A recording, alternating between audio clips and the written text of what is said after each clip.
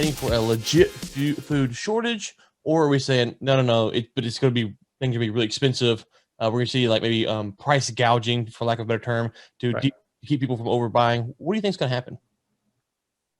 Well, it's a great point, and we talk about this in some of our shows where we actually talk about how this has been a building problem since as early as 2015.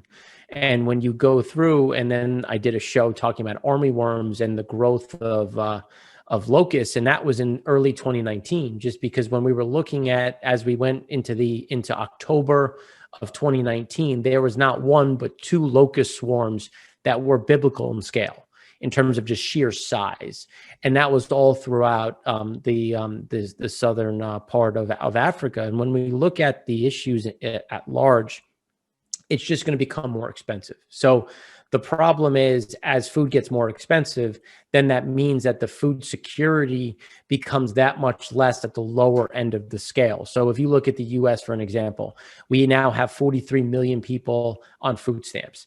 We have food insecurity that went from 1 in 8 going to, I think it's now 1 in 6, and it could be as high as 3 in 7 that just don't have enough food, or they don't know where their next meal is coming from. And this is in the United States.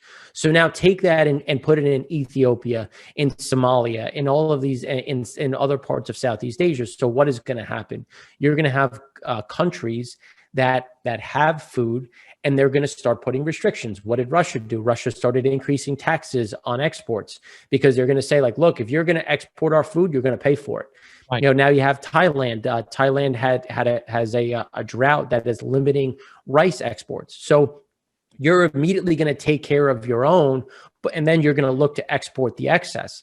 And now the problem is there's going to be less excess going into the market, and it's going to cost more. Okay. So by doing that, you have this bifurcating market where, the U.S., will we be fine? Sure. Like, we'll be fine. We have enough food in general, and we export the excess. The question is, what happens when there's less going around? And China, who has deeper pockets than most, being the second largest economy in the world, can go out and just buy up as much as they possibly can to try to subsidize their food at home. So then that leaves behind, even wealthier areas like Egypt, and not to say that Egypt's wealthy, but just in comparison, Egypt, Saudi Arabia, Qatar, places that have to import food, the prices are going to go up.